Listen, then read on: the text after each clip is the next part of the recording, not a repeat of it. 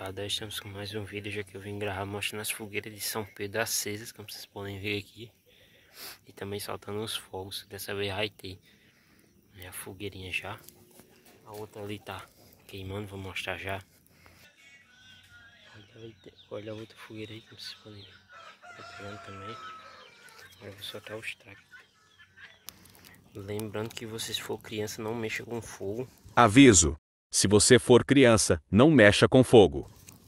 Vou pegar esse pau aqui que tá aceso, caiu, acendo e jogo pra lá. Deixa eu segurar o celular aqui melhor.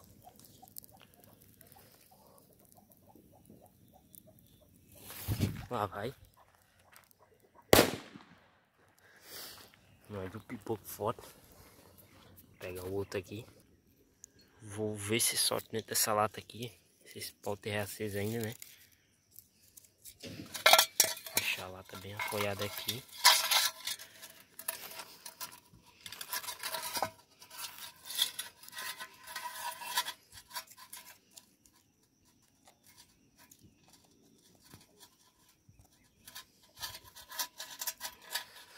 Não acendeu, deixa eu acender o pau de novo ali.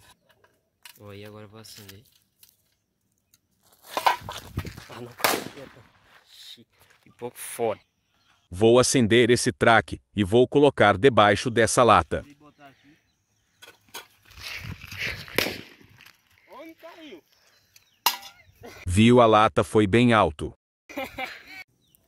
Depois daquele tiro, hein, a lata chega, subiu pra cima. Agora vou soltar mais um aqui pra terminar. Vou pegar ele aqui no meu bolso track. Vou ele aqui. Agora eu vou encostar ali e rebolar pra lá que aí termina. Encosta nesse pau aqui. Vou pegar ele aqui que fica mais fácil. Encostar aqui que aí.